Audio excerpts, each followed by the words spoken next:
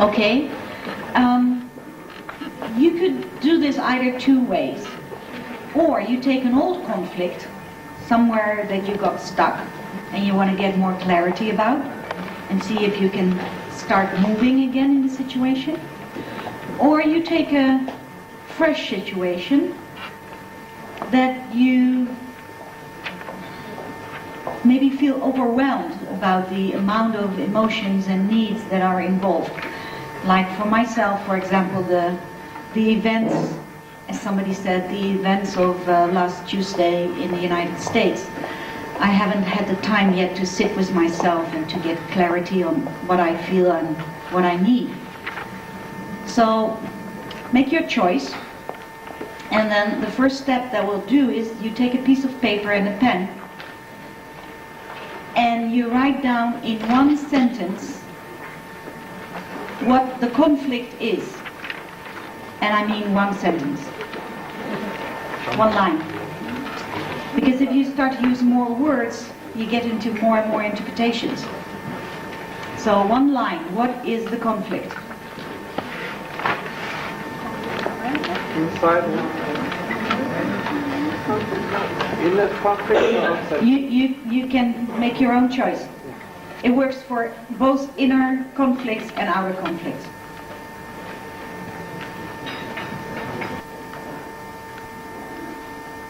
The more open you are towards yourself, the more you allow yourself to really write down what is going on inside, the more the clarity will be. So now write down what your judgments are in this situation. About yourself, about the other person, about the one part in yourself, and about the other part in yourself.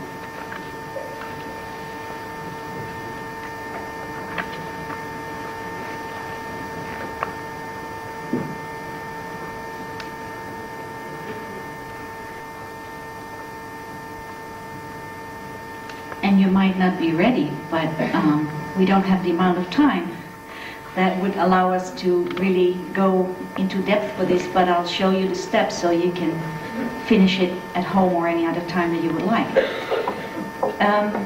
Now write down what you would like to happen.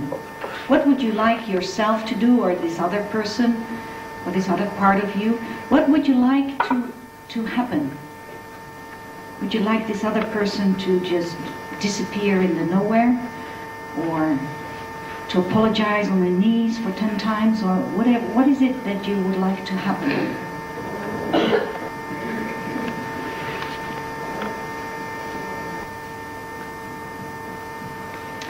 And now we will go straight to the pain. Where is the pain involved in this situation? What is the pain telling you? What is the pain about? And usually the pain is around an unfulfilled need. A need which is for a longer period of time was not able to be fulfilled. And you started probably to ignore this need. So in the handout there is a list of needs. Basic needs that are the same for all people all over the world. So you might want to have a look at that to see, to get some recognition what the need is that lays behind your pain.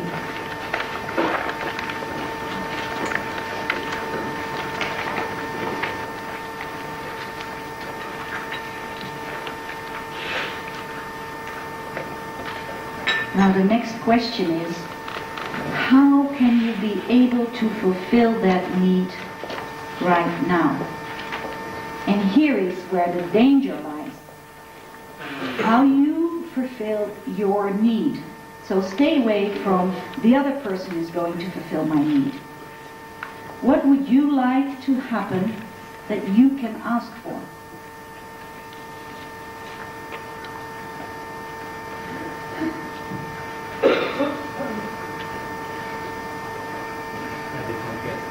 Okay, if you want recognition, for example, if you have a need for recognition, you cannot say, I want the other person to recognize me, to acknowledge me. You can only say, I would like for this moment to have acknowledgement by hearing the sentences, you really did your best, you did the best you could. Right? No matter who says it, but that would fulfill your need for acknowledgement.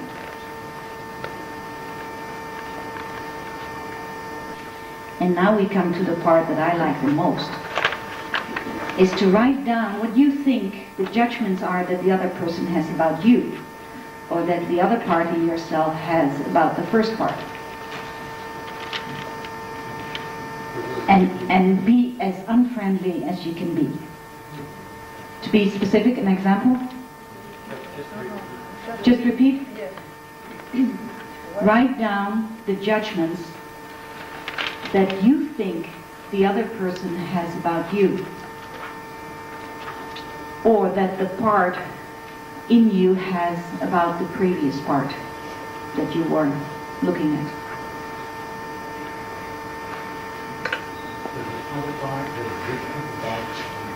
Yeah, I can tell you what my sister thinks about me.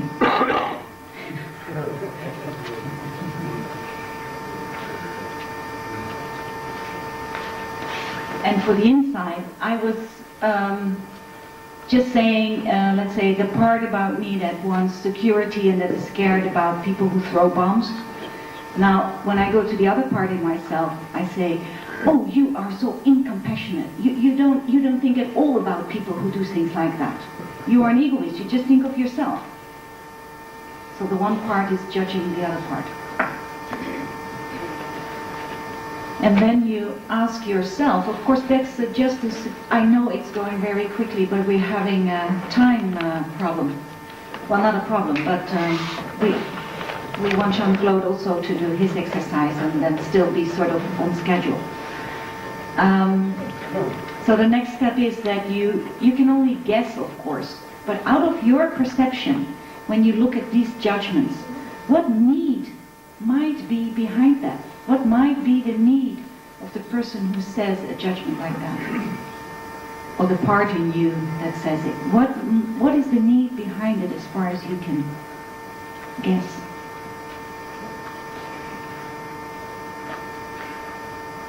And we are going in a speed that might be faster than you like here and now, but this process might take weeks when you really are in a conflict situation.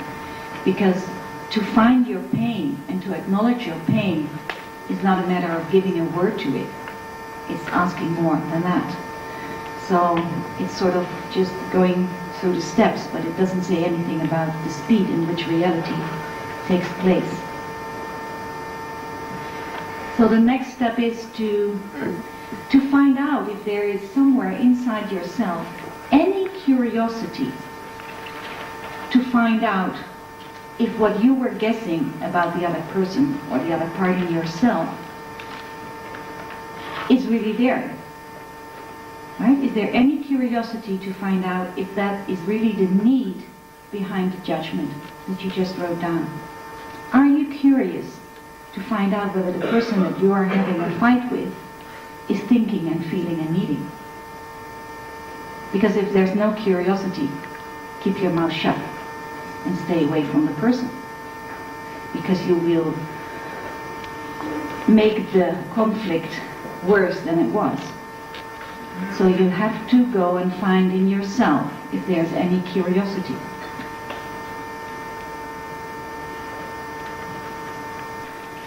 There's an expression in Dutch and it says lellebel, and I have no idea how that would be translated into English. But it could be something like happy hooker or something, you know. And I have a friend and she meets me in the street and she yells, "Hey, happy hooker!" And you know, I see people stiffen in the street and look at me and go, "Oh, what is this?"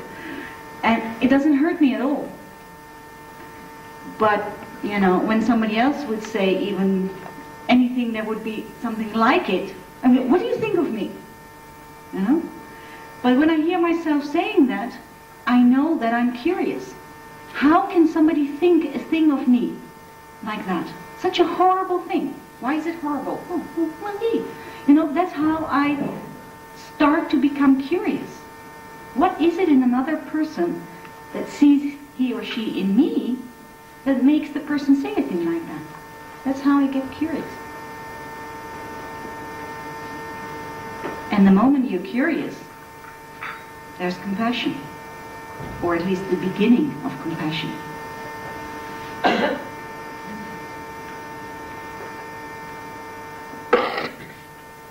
And of course, if you don't know what it means, it doesn't harm. You know, when I park my car double in the street and I go in the shop and I leave my mother, who's 81 and can't walk, in the car I say, don't run away. She can't walk, but... And then she says, no. And I said, you know, if somebody does things, you just have to react. So if somebody goes like this, then you go like this. And since my mother doesn't know what this means, with a big smile, she goes like this. And she has a lot of fun sitting there in a double-car car. So, please remember, any gesture or any word means a different thing to every different person. So if you haven't checked it, you don't know what it means. So please always check before you think something about it or you feel something about it.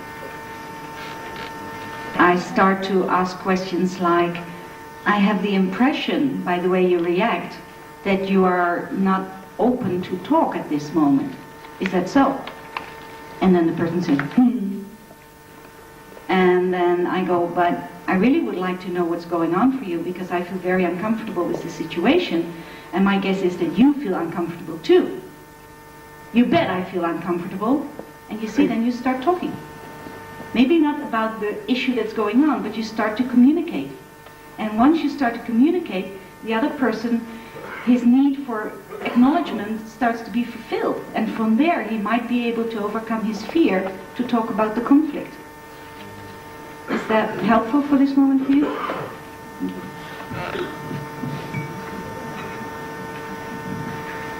So maybe more feedback, more reactions, more in connection with this exercise.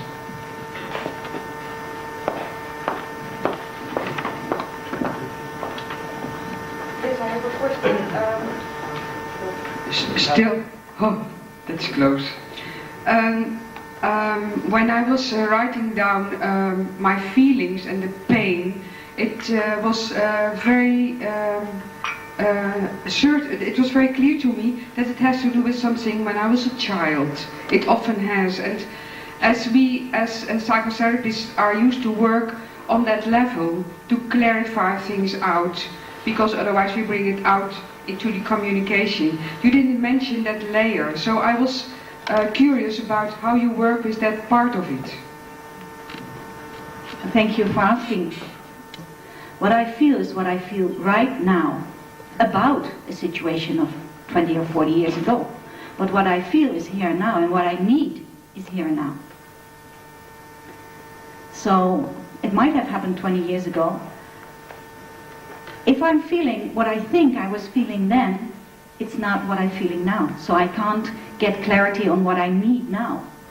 And when I fulfill my need in the here and now, the pain over things that happened a long time ago disappears by itself. Is that enough for you for this moment? In the first reaction, it sounds as the other way around. I don't know if that's clear for others, but that's my first reaction I have to it now. We have the intention to work on that history, so that in here and now we don't need to clarify it, because in the communication that old stuff is coming up again and again. That's my idea, and it's my way of dealing with it, of course, and it's much more easier for me than go to the person and talk about my needs. So that can also be part of it, that it's much more difficult and even scary for me to talk about my needs. So it's also a solution to just work inside with it. Yeah. What I briefly could say is, because, for example, myself, I acknowledged that I had a need for acknowledgement in the here and now. I was slowly able to allow myself the pain over not having fulfilled that need for years and years. And changing the pattern in the here and now made me able to change my looking at the past and see my own responsibility in that and change that. Is that? Yes, thank you. Yeah, that's nice. Thank you. I'm very interested in the place of curiosity in the theory you're putting forward, because I think curiosity is a kind of motivation that we underestimate and that can be, as you say, can lead to compassion. So I would like you to speak a little more about when the curiosity is available, when it has been extinguished or denied or suppressed, and how to re-evoke the curiosity. Curiosity for me is what makes me alive. I think I could go without air as long as I stay curious. And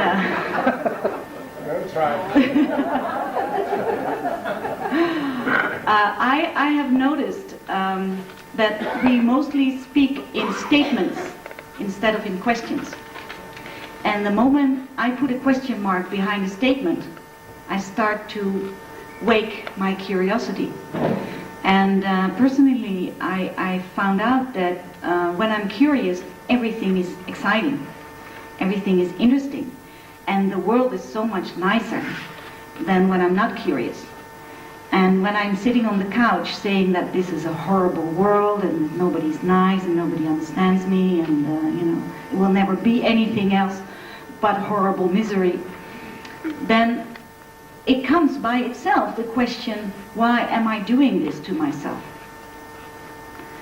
What am I actually feeling? And I don't know how I got there, but and curiosity is a natural thing. We are all curious. And I just start to ask questions. And I've noticed in trainings that I say to people, okay, I say this, what are the questions that come up to you? There are people that have no question. We are not used to ask questions because when we were a child, we said, oh, don't ask so much, don't ask why. We just have to relearn to ask questions, as many as possible. Is that a satisfying answer for this moment? Thank you. So for now, thank you to Inga and Jean-Claude, please. Listening to you, Inga, I started towards the end getting curious what are the needs in this group. I know they are different. I heard about the needs to talk about what happened last Tuesday, or at least express something about it. And I heard some people being interested in the theory and the practice, others in the quietness. There's a variety of needs. And I don't know that I can satisfy or we can satisfy, even as a group towards ourselves, any of these. But I wonder if giving you an exercise of 10 or 15 minutes might help you individually to satisfy some of those needs. And what I'm thinking also that you can decide, instead of having to listen to it, is I was wondering if it would be useful for you to look at a conflict that you have had with somebody and that you're still having, that is unresolved inside you or with the other person, and to do that with the neighbor instead of internally, and to discuss the possibilities of how you can address this conflict in relationship. In other words, a conflict that you have, well, let's be specific, a conflict that you have where you felt you were attacked. It's one of the situations that is difficult to handle when you feel like somebody has attacked your integrity completely, totally, and you feel you can't defend yourself, you can't handle it. Or you might have a conflict internally, and that I want to give that as an option, where you feel so upset by the situation that happened last Tuesday that there is no other reaction inside you than pure rage or pure pain, whichever, and that you feel you can't, that your integrity also has been taken because you have no choice anymore to do anything but feel the pain that you have or feel the rage you have against whatever is happening. And I was wondering if it would be useful for you to just have the opportunity to address those conflicts in twos or threes and take about 15 minutes to do that and then come back. Would that be something that would be useful? Or no? No? Yes. Well, I don't want to push anybody in anything they don't want to do, so I would like to recommend if we also an absolute freedom about doing something like that. In other words, that you don't have to do it. But I would like to hear what is the need, what are the needs in the group before we go on. I have about 20 minutes or something like that. 10 minutes? More? 30 minutes? 25 minutes. Yes, please. I find the idea very good to make this space, but my need would be to have not 2s or 3s, because that I'm doing all the time. I'm talking in small diets and triads about how I feel with this thing that's happening in the world. And what I miss personally very much is to have some sort of a bigger audience. Not audience, but group or possibility to exchange, because I feel insecure in this bigger group here about how I feel, and if I'm the only, or we are just a little group who are have difficulty with our feelings and our thinking. And my need would be to learn more about if I'm the only one in this respect, or the only two or so. Yeah, I appreciate that. Thank you. What are the other needs that are to be heard? Needs for more theory or more an exercise? Yes. Yes, please. I like it. I like the idea of going into our own conflict, because every bit of a conflict that we can start resolving is contributing to a wider perspective, I feel. Thank you. Just before you ask a question, so because we're going to another direction, may I ask just the group to just say, so that you don't feel alone, because you expressed you want to know if you're the only one who feels totally upset and thinks constantly. I think that's what you were saying. I go in and out. You go in and out of...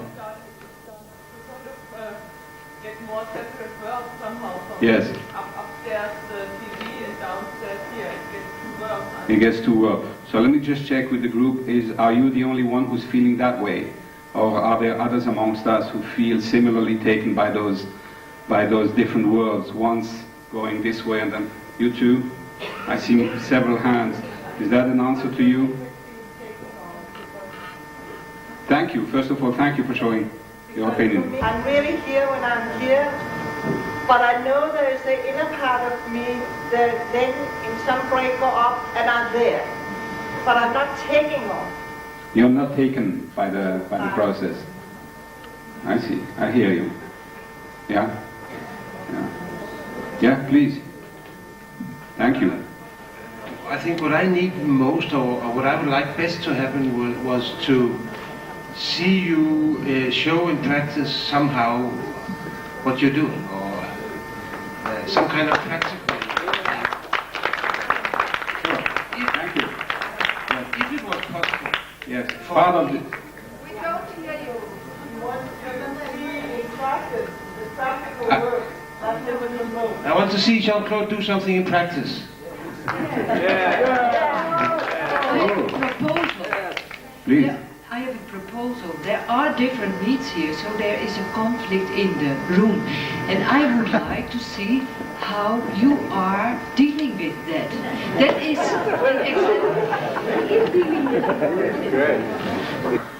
the issue is also finding a consensus that helps everybody. And we have, just to answer you, we have different needs. And sometimes some of us are willing to put our needs back for a couple of hours if we know that we can bring our needs back. But this situation is very difficult because we all know this is towards we don't have many opportunities to bring our conflicts back. So this is something that has to do, that's why I'm choosing the way I'm doing, which is just to listen first to the needs that are around. Not promising that we're going to solve any of them, but at least just to listen what is around, elicit, and know that there is a listener here. that I know I'm listening. I can't pretend that we can solve any. When I was listening to your presentation, I felt very strongly that that the model you gave is applicable also to the situation in the world at this moment. So I think we might combine the sharing of the situation in the world with the exercising on working with that model. And the strongest example I had when you were talking about the power issues and the oppression and the privilege. Thank you. Yes. Yes? I hear you. Yes. Oppression and privilege, I agree completely with the foregoing speaker, because it is impossible to fulfill all the needs. So we have small groups, I suppose, to talk about the issues in the world, using your model, and afterward we can deal with all those needs which are not fulfilled. And you're offering a solution. Thank you. At the moment, I won't accept the solution yet because I think it's a bit too early, but I appreciate the offer. Thank you. What you consider as power or oppressor is already an interpretation or a judgment. So before we would go into discussing what is going on, I would like to change that into what are we feeling and needing around the situation without getting into interpretations. Thank you. You're bringing a different perspective already. Let's listen. I also want to say, as part of my work, what we're doing is important. That instead of reaching a consensus, that we find out how we don't have yet consensus, and that the process of sorting out this, which looks difficult and harrowing, is very much part of us being a democracy. As I heard before, it is more or less the consent of the group that you should show with a practical example your way of working. And a very practical example I saw yesterday on television, it's President Bush, and as a citizen of a very small but neutral country, I think the man is in shock, and he needs a therapist. That's what I think, you know. And so my question to you, what would you do if you were counseling the president? President Bush.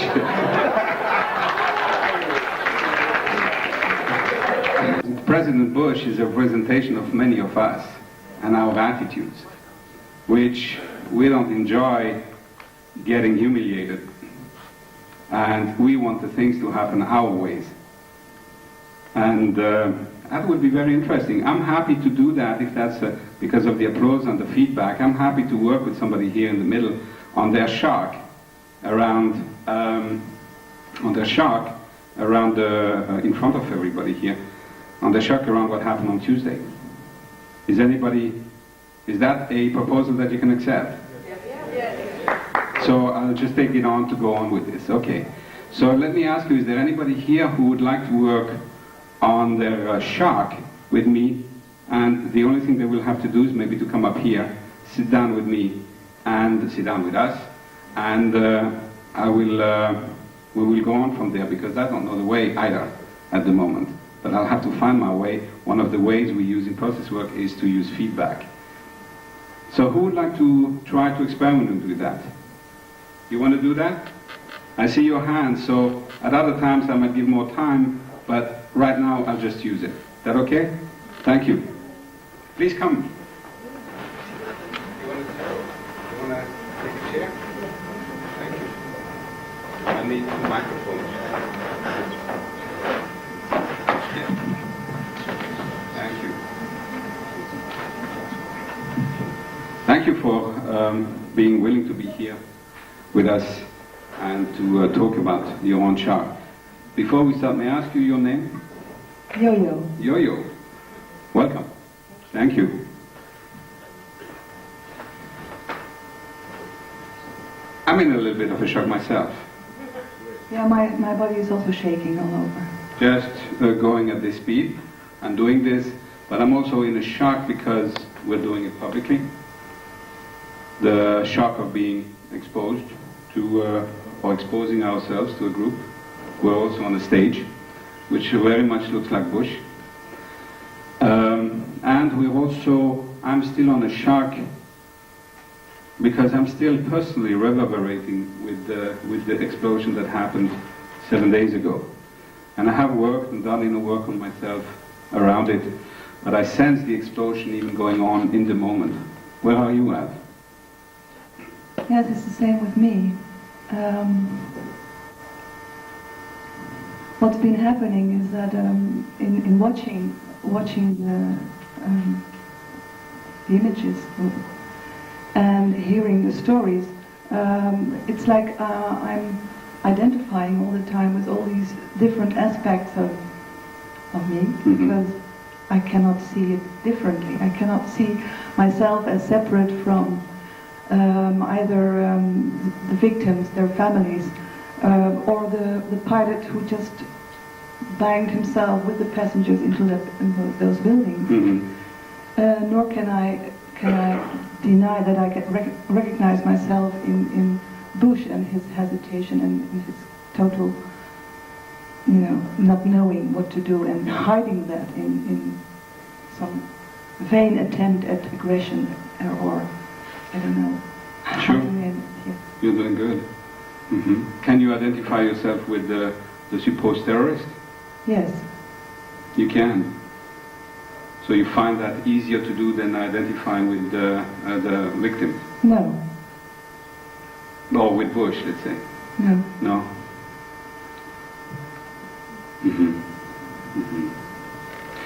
Listening to you, I have several ideas that come to me about how to relate maybe, and I apologize, I'm going a bit fast.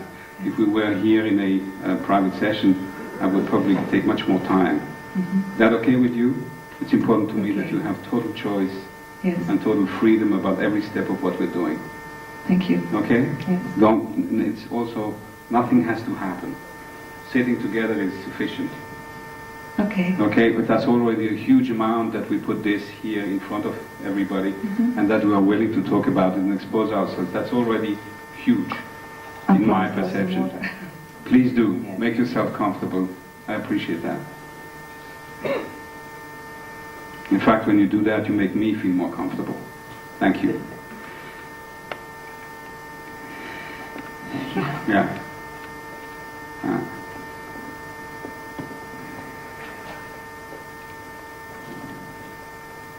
Maybe I'll explain a bit more about what's happening. This morning it occurred to me that unless we are willing to experience being killed in such a way, experience being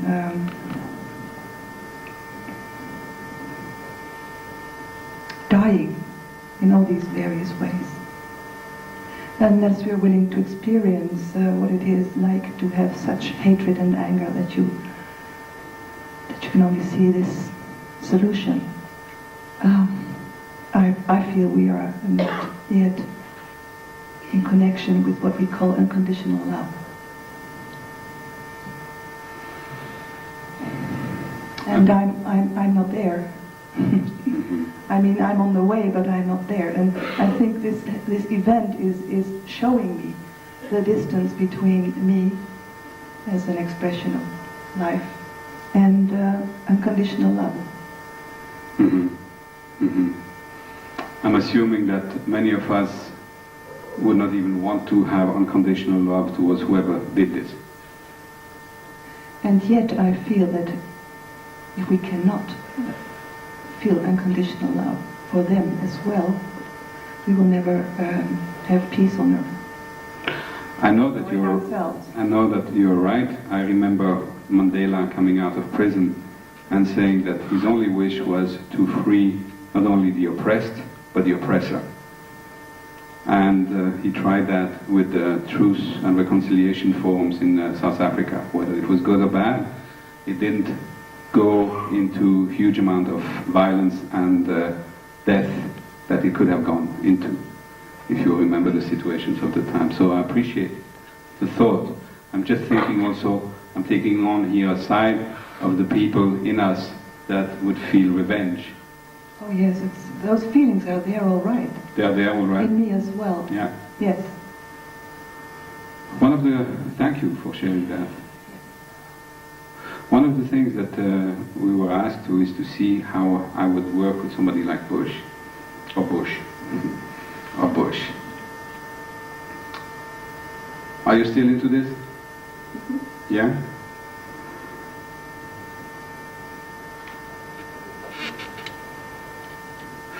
Where the way you described Bush was that the way he was described was that he is in a shock. Yeah. Where do you feel your shock? Do you feel a shock inside you? Do you feel the physical, the result in your body of what you saw? Yeah, it's like an immense tiredness in the limbs. Kind of almost going towards paralysis? Paralysis, yes. Yes. Thank you. May I question a bit further? Mm-hmm. Do you remember the time you first saw all this on television? Do you remember the moment when you turned on television and you saw all this unfolding? Yes. Is that okay to ask? Yeah. Yeah. Do you remember the first experience that you had in your body at that time?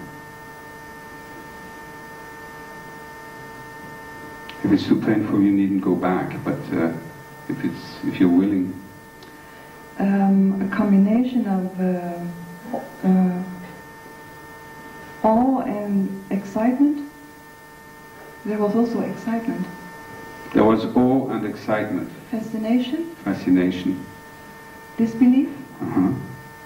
Let me ask you a little bit, it's great what you're saying. It's great to hear that this is also there. That's a reality of us. I can share that with you. I felt like, my God. I couldn't stop seeing the impact again and again. It was like, I don't know, I couldn't get my eyes off it. Yes. It was, it's strange to say, but it also has an orgasmic quality. Mm-hmm. Wow. That must... To me. Yes. I understand. I understand. Mm-hmm. Mm-hmm. I'm just thinking also about the people here among us who have relatives, friends who have died in that situation. And for them, the experience must be completely different. Well, for me, the experience was different right after when I saw the images of the people. But you were talking about the first feeling when I saw it happening. Absolutely. It was, I hope it was not meant or seen or perceived as a reproach. I wanted to take care of the people who had the other side, not of trying to manipulate you in one way or the other. I wanted to make sure that they're also feeling taken care of, that we're aware of that side of the experience. Because there's two sides of the same experience. Right.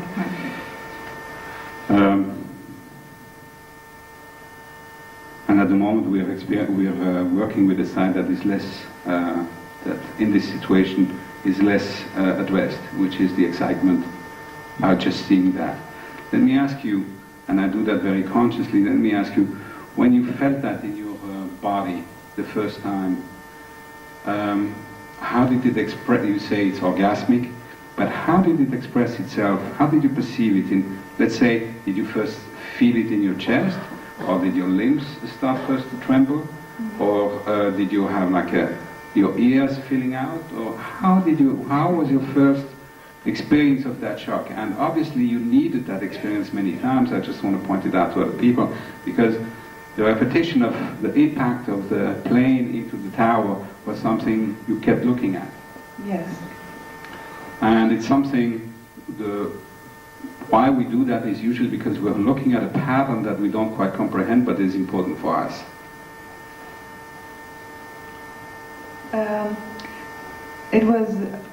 It wasn't local. It wasn't somewhere in the chest or in the belly or in the genitals. Yeah. It was just like it was like instant lightning through the whole system, weakening the muscles and. Yeah. It was like an instant lightning through the system. Yes. I mean, the orgasmic quality that I was talking about, it had also to do with dying. It was like a death experience as well. As well. and at the same time a feeling of very much being alive, the realization of being alive myself. Mm-hmm. Yes. Mm-hmm. More than before. More than before. Yes. Wow. Mm-hmm. An experience of being dying and at the same time of being more alive than before. Mm-hmm. Do you see that lightning in front of you?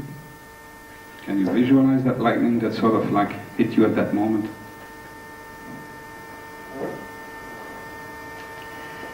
It was as if I was in the middle of the blast while watching. Yeah. That kind of lightning. Mm-hmm. As if you were sitting right in the middle of it. Falling apart and at the same time being at some kind of center. Yeah. Now the way I would work with this in a private session would be to ask you now to go into movement, because I would join you there and ask you to show me how you fall apart and how you stay centered at the same time. And I'm not going to ask you, please. I'm not going to ask you. I'm going to maybe ask you if you could use your hand to show the way of falling apart while staying centered. Just so that we don't dream about this, but we see. If that's okay with you. Yeah? Thank you.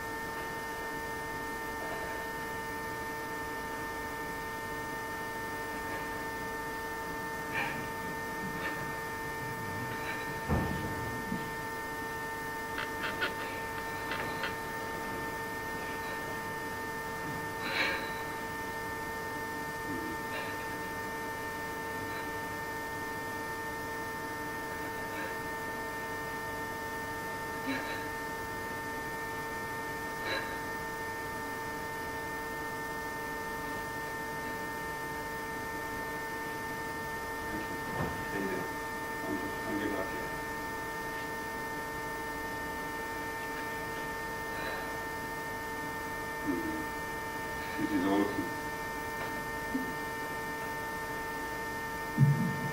This is all of you.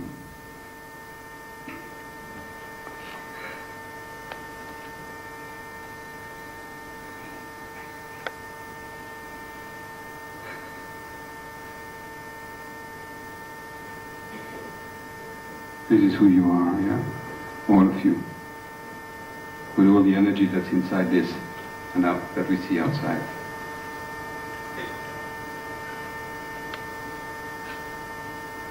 Let me ask you, from that state, don't leave that state. Stay there. But if you have thoughts or feelings connected with the incident is the wrong word, connected with the catastrophe and the terrorist attack that happened, don't say those words, but just notice them inside you. And if you feel later on, you can share them with us as a group.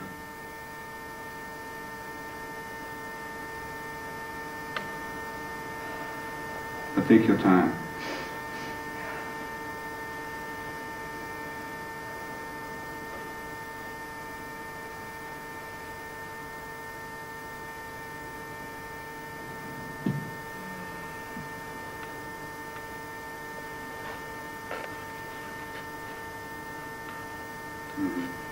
I see you open your eyes, so you're back with us. I see you opened your eyes, so you're back with us. Welcome back. You're welcome. Do you want to share something with us, or you want to keep it to yourself? You're welcome to both.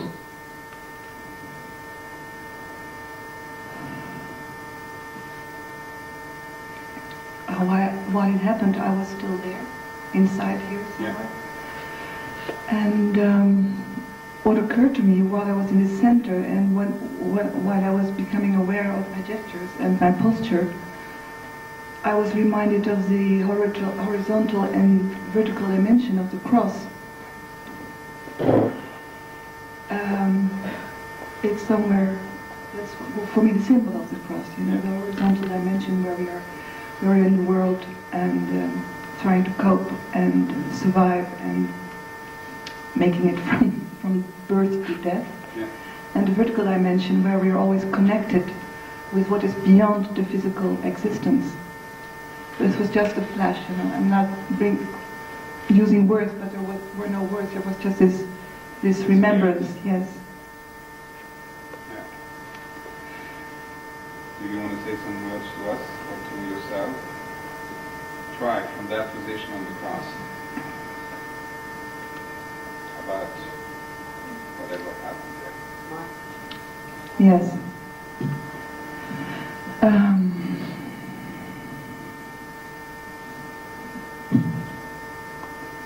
From that position, there is no words. No words. No words. There's just being aware without judgment.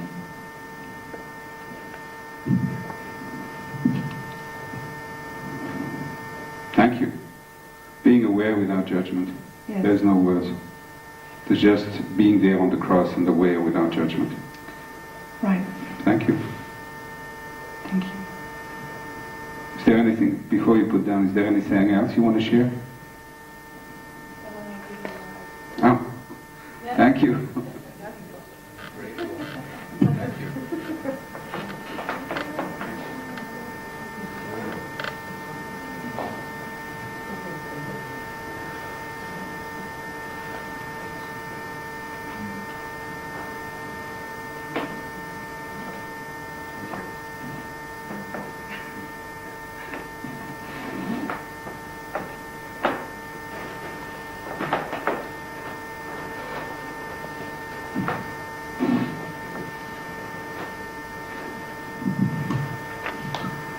I don't know if that would be the way I would work with President Bush himself.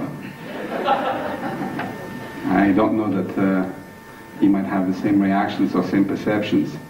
Working with individual is always an individual result. But certainly the methods I would employ would be similar. I assume that a lot of you have a lot of feelings around this.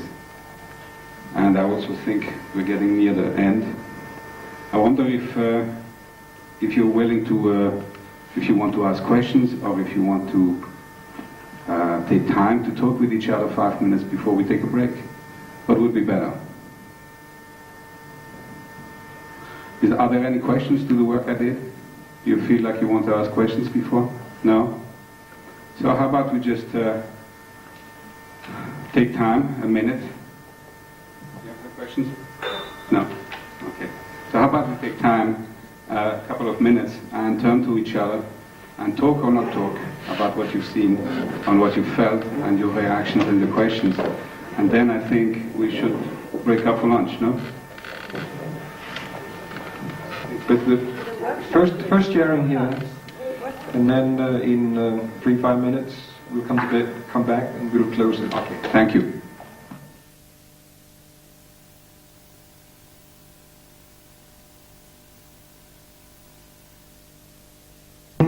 Was my supervisee. So she functioned as a therapist, and to say that already, not only as a therapist, but a therapist in the biodynamic network. Even she was appointed as an educational therapist in the biodynamic network. So I was kind of her supervisor, and she was my supervisee, and she had a client, male client. But this was all happened in a context of a professional network, so to say. She played her role in that network, and I was at that time one of the main trainers, and certainly also one of the supervisors in this network. And on a concrete level, the conflict was about her and one of her clients, this male client. She'd been working with him for a while. And at some point she discovered that she was so fascinated of this man and the quality of their contact that had occurred in the therapy room, that it became hard for her to work with him. She was in a way falling in love with him, and at the end it became so difficult that she didn't know how to handle it and had to stop the therapy process. We had lots of contact around this, and I gave her lots of support, and we discussed it. But at a certain point, she did something that I had explicitly advised her not to do. And that made me angry. So I kind of addressed her why she did this, and invited her to look at the reasons inside of her that had made her do something that she had initially agreed wouldn't be good for the client. Of course, this client, as you can imagine, had a wife, and he had a problem in this marriage. So this is the setting, so to say. I discovered after a while that I was maybe a little more angry than I ought to be, so to put it very short. So we had to enter a process where we started talking more on an equal basis, on a not paid basis. I, after a short while, understood that I was also so involved in this that we had to solve it. So we worked together a couple of times to solve this whole thing, and we also went to a moderator to get help. And this is the kind of thing I would go more into and look at with help from this moderator. Okay?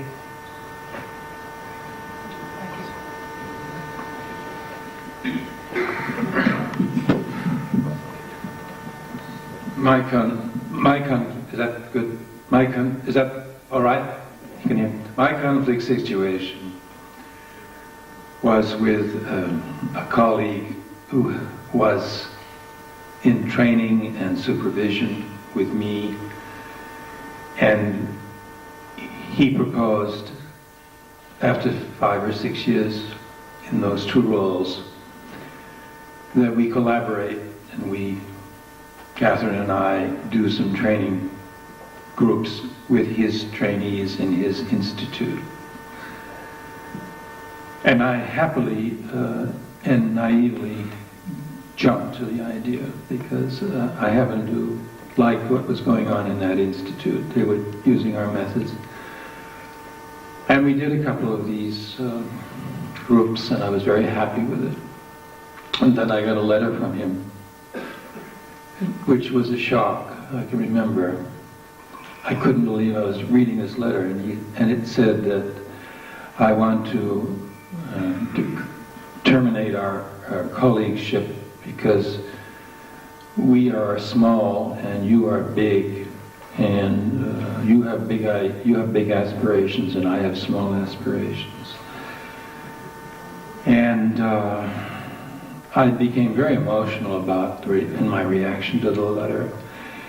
I phoned him up, and with a lot of domineering, self-righteous, egoic power, I said to the man, "You idiot, I want to be as small as you." Which of course did not hold up. And that's the essence of the conflict right there. No, but I did say factually that I had already rejected setting up a hierarchical institute on 3 occasions, and I only wanted to have 2 trainers, and that was me and Catherine. I did not want to get into a big institute. Nevertheless, he couldn't hear me, and I knew he couldn't hear me, and I couldn't hear him, because I was so upset, really upset about it. And so we agreed to meet, and we met alone, and this is the first time this man and I, whom I had a genuine respect for his capacities in every way, had ever been alone in a room, even though we've been relating for 5 or 6 years in the role of trainee and supervisee. We had never spoken personally to each other. We had mutually avoided it, and I had been hoping all along that something would give and we would begin to melt our enormous distancing of each other, which we were mutually maintaining for these 6 years. Well, as you can imagine, we continued to maintain this enormous distance from each other in a room alone. And we never were able to even come to an agreement about what we were disagreeing about, because he couldn't hear what I was trying to say, that I wanted to be as small as him. And he came up with another reason why we had to dissociate our collaboration. It's not even worth mentioning. Something about money. And in any event, I was unaware. This is the point I'm trying to make. I was totally unaware what was going on here, and I should have appealed to a third party when I found that we were failing to meet alone in a room on anything whatsoever. We played it polite with each other. We were very soft with each other, very polite, and not one of us spoke an honest feeling or an honest thought the entire hour. As a result, 6 months later, he announced in the supervision group that he was pulling out of any further connection to me and Catherine altogether. And I was so upset by it that it took me 5 years to recover from this experience and begin to figure out how I might have contributed to these enormous misunderstandings. I submit that this is going on all the time between the man in the power role of the authority, in this case the founder of a school and the teacher and supervisee and therapist, and the male, particularly the men who are in this subordinate one-down circuit with me. And I think all psychotherapy is a one-up, one-down circuit, and that's one of its limits. And it stays like that for most psychotherapy if it's bad. And it has to change to be good. And so I've gone through this with many, many men, the same kind of thing where I, in my naive enthusiasm for my work, and my forbearance and hoping that we would eventually make contact over some further and further through the collaboration, which is what I was really also happy about, that we would finally get to relate to each other, maybe even as peers, was of course never going to happen. And I didn't grasp that in those days. This was a long time ago. And so when I finally wrote him a letter 2 years later and said, I think maybe we have transference problems, you know.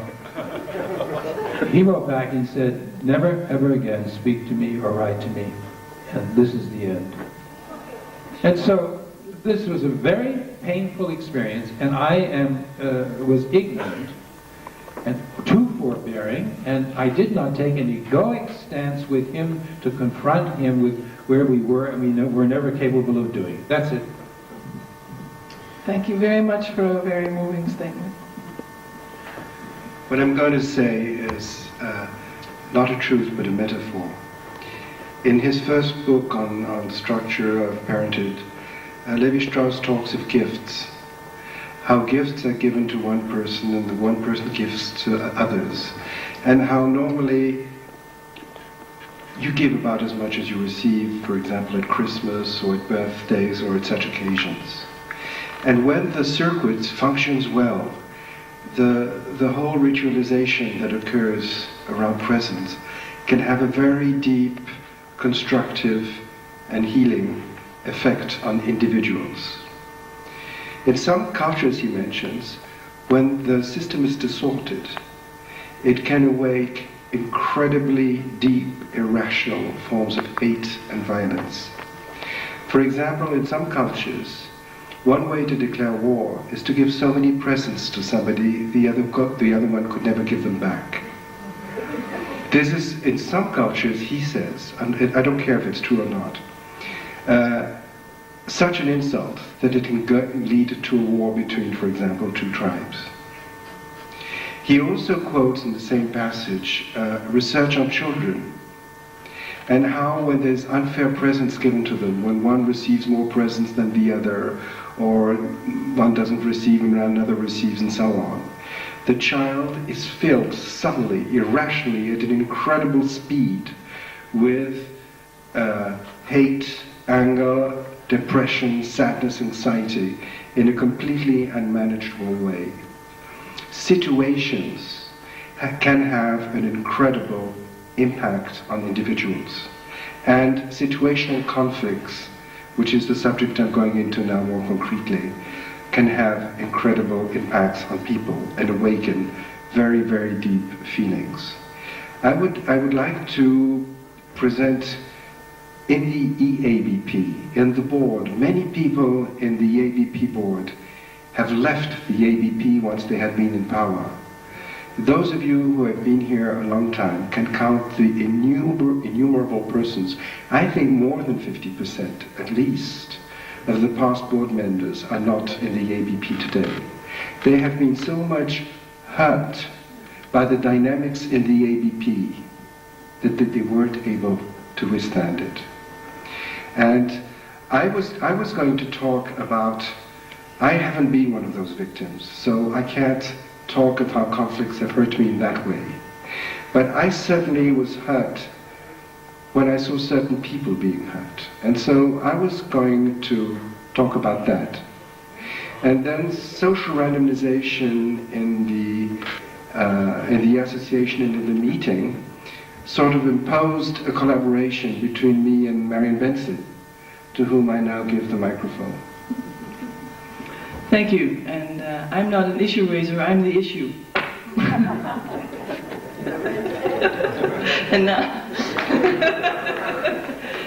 and the reason that I'm the issue is that I was chair of ethics. I was the one that proposed an ethics committee back in '89, and because I proposed it, I suddenly became the chairperson of it. And so I was in charge of the process of first creating our ethics code. I wasn't the only person, we had a group of 5. And then we had a different group of 5 that for the next 2 years of office tried to both create some kind of procedure that this ethics code could function in, so more thinking and paperwork. And at the same time, we had first one extremely hot ethics case involving legal issue dumped in our lap with no procedure. At the same time, I was also a board member. And there were a number of things happening at that time that were unbelievably complex and difficult and painful. And the sense, it was like moving in a field where everybody had gone crazy, and where everybody was trying to stay sane and going crazy while they were trying to stay sane in these very, very complex dynamics that had political parts, but largely I felt the atmosphere was one of extreme suspicion and a desperate attempt to protect self and a desperate attempt to protect whatever values that it was possible to protect. I saw that happening in national organizations. I saw the board split around it. I saw the ethics committee come apart with it. I saw people just fragmenting right and left. And I left the ethics committee. I stayed by the skin of my teeth and brute stubbornness until the period was over. And then I passed on this much paper, which was generated in the last year of my ethics office, on to the next person. And I went home and I put my economy back in shape, which took about a year because I'd been paying international telephone bills like water out of my personal purse. And I hadn't been able to work much for the last 6 or 8 months because this thing just exploded. It was like being in the middle of an earthquake of emotional discharge. I disconnected my fax machine. I changed my personal telephone number. I made it secret, and I didn't take the telephone for 2 years, and I was terrified to open my mail for 2 years. That's the kind of emotional charge that was there. Yeah, that's a fair image of, and I haven't been back since. This is the first time I've been back to a Congress since '93. I was 3 years in arrears, and I was here expecting to say goodbye. And it looks like I may not be saying goodbye because different now, but I can still feel those tensions. I'm also hypersensitive to them now, I have to say. So I'm the issue, or an example of it. Michael, would you like to add anything? No, I think we'll discuss it together. I'm just so happy we can maybe repair something with you. What did he say? I'm so happy we can maybe repair something with Marion, and I'm so happy she's here with us.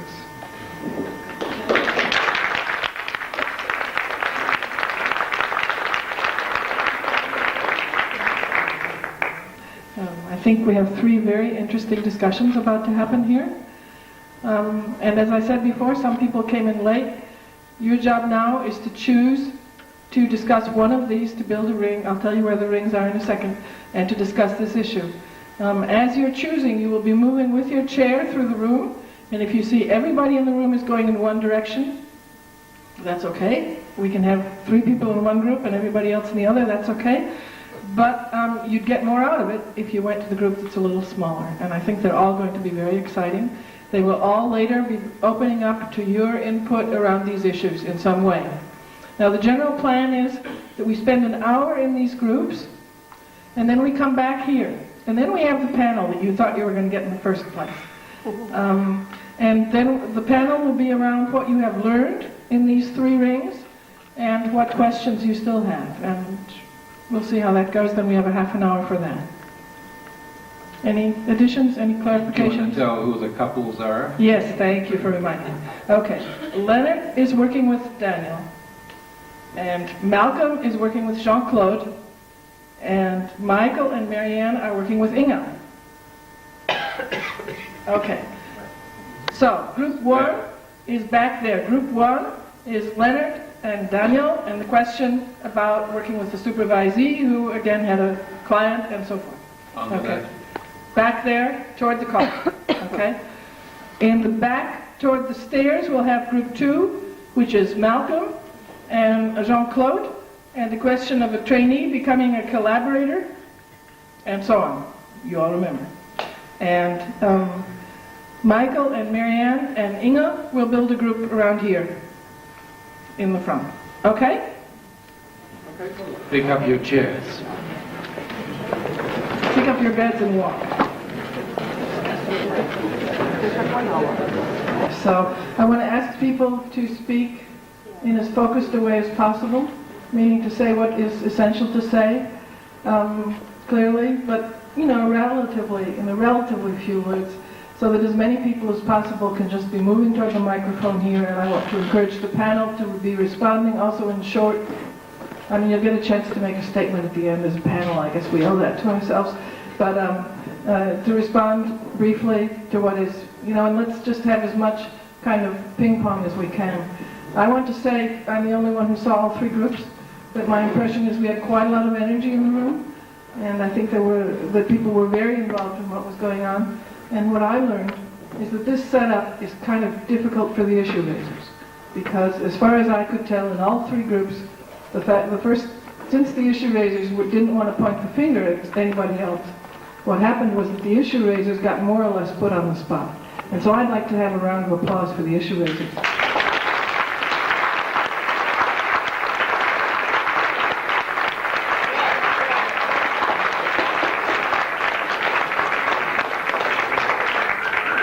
Okay, now it's your turn.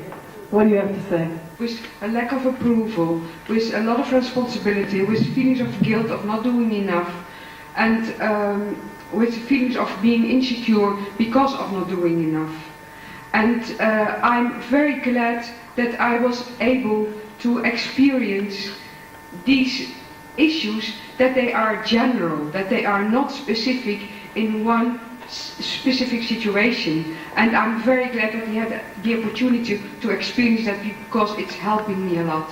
Thank you very much. And I would like to thank you, Michael, that you bring it up, because I really am happy with it. Thank you.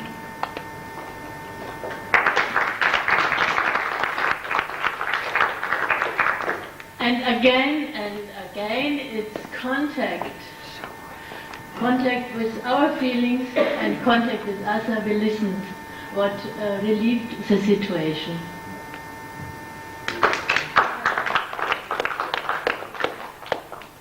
I was in the group with Leonard, and I learned if a supervisor is doing something, he is not feeling comfortable with it, or what you can call a mistake, it is always a reflection of the culture of the institute. So I learned to take, as I'm leading an institute, to take more responsibility. I really got shocked on that, and it hit me too.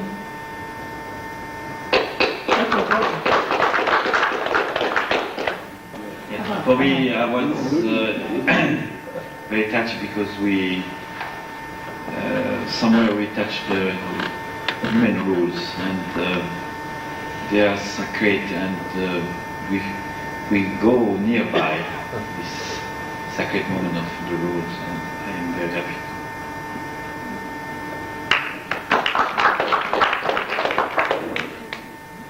I was in the group about the issue of Michael, the issue Michael raised. For me, what was very important, there was first an atmosphere of unsafety, where I could not share my feelings because there I would need safetiness. And then Inga hold the space for the feelings, and then suddenly the group hold the space for the feelings, and that was for me a very big turn. Then I could be there with my unsafetiness.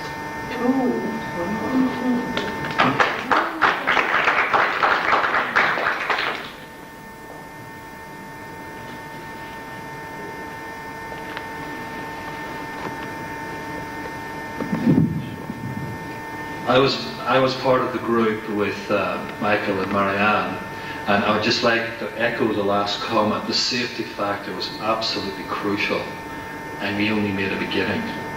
And so those people who said the safety then was established in the group, in my observation that's technically not true. Not everybody felt safe, but we made a beginning, and I want to value Michael and particularly Marianne and the facilitator too for contributing that. But for me, the safety thing, if you didn't have that at the beginning, you had nothing.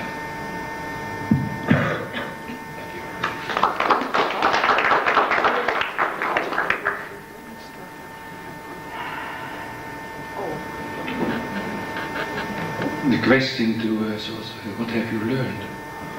So what I learned, I just realized after you put the question, is that it is in a situation as I was just involved in this group, how important and at the same time how difficult it is to contain my strong feelings.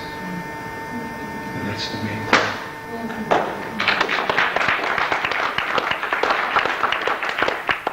Seems to me you're talking about containment in yourself, and you're also talking about containment in the group. And I think containment has to do with safety. I mean, maybe it's tautological.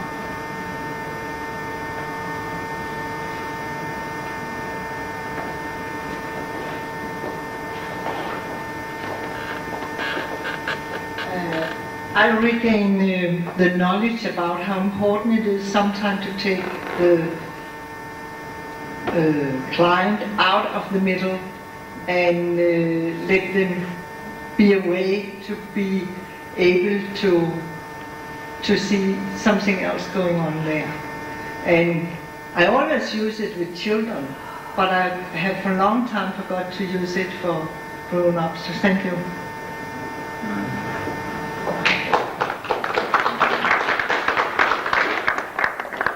But I realize what's left when I go and I want to say to the other people of the EABP that I'm sorry, that the ones that didn't join the group, that I'm sorry for that. That they went to another group, which is, they learned what they had to learn at the moment, but it would have been nice if we would all have been in this together. Yeah.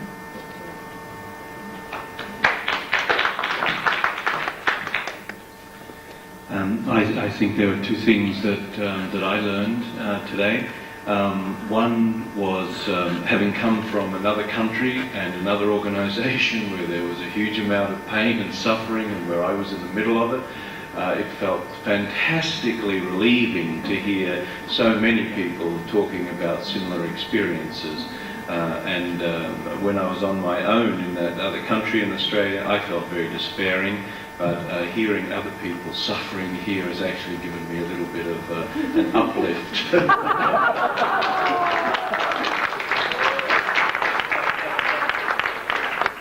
And the second thing that I learned is how important it is when we are actually down there in that pain and suffering and are so preoccupied with it, how important it is to have somebody else from the outside to come in who's not so locked into that system, who can help us to reflect. Right.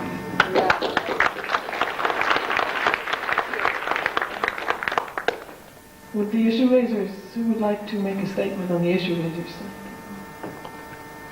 Anybody? Well, I'm still sort of the issue rather than the issue raiser. But what I really noticed was when we realized that somehow the frustration that we were sitting in was a parallel process. When Sean said that, I felt that the energy completely changed in the room, and that was extremely important for me to be aware of that and to say it out loud, so it's not just me that's aware of it, or that somebody says it aloud, so it becomes shared. Yeah, I have 2 points to mention. One is a human one, and that is, there's no way I can get around it. Even when it's as controlled as it was, I realized how much moments when you can share something with many of you are deeply fulfilling. And whenever it can happen, which is very rare, I really find it very beautiful. The other one is a more technical, in the sense of psychotherapy, ways of intervening in psychotherapy, is I'm also every time astonished when you go in something called group dynamics with one aim or another. I'm always stunned by the electricity that suddenly comes up in a group in no time. How people are electrified, and how there's always a danger, at least that's my experience for more than 20 years, that we go in sort of truth games. And where suddenly people say, hey, you're not true, hey, you must be true. And there's something there in that technique, and maybe some of you can answer that, which I have always had a certain skepticism about.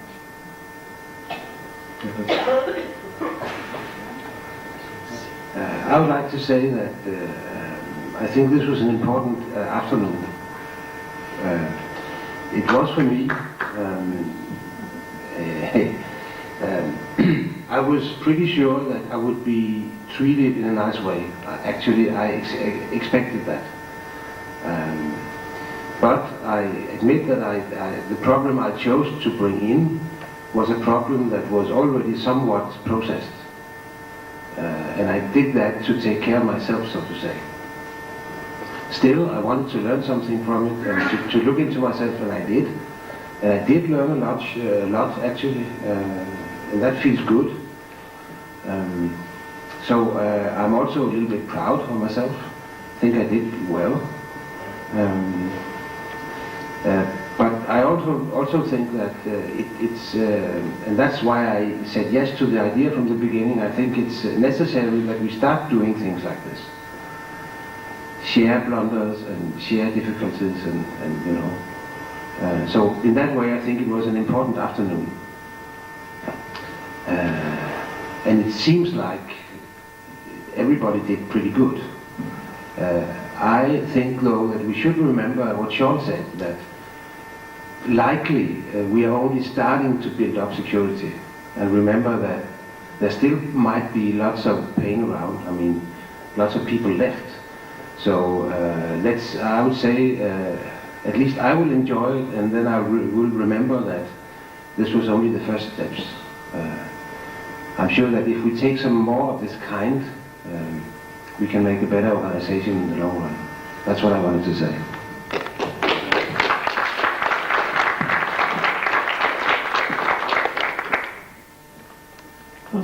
Thank you all, and I think we can go right on over to you all, to the conflict resolvers. Your last words to us. For today. Yeah.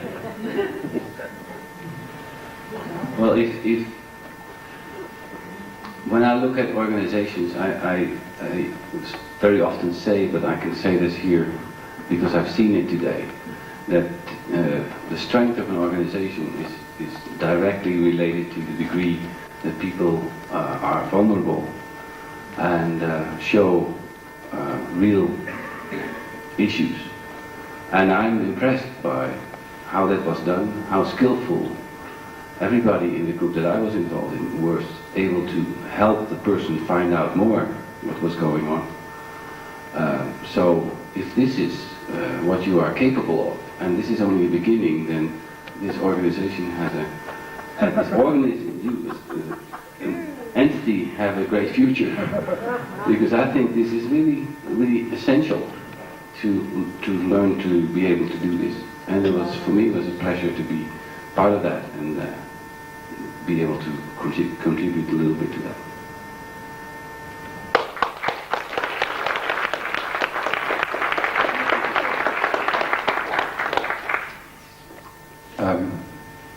I'm going to say goodbye because I have absolutely nothing to say. I appreciated being here. Thank you.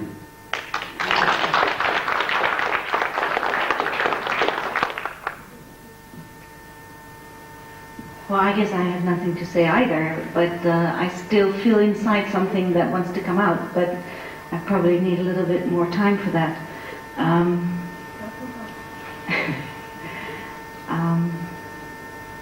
What I really liked was meeting you people as people. I don't know what is an organization. I just know how people relate to each other. And what I like is to really see another person, and I've seen several of you really as you are, and I'm happy to have met you. And I was happy to be here today because I was myself today, and I enjoyed that, and thank you.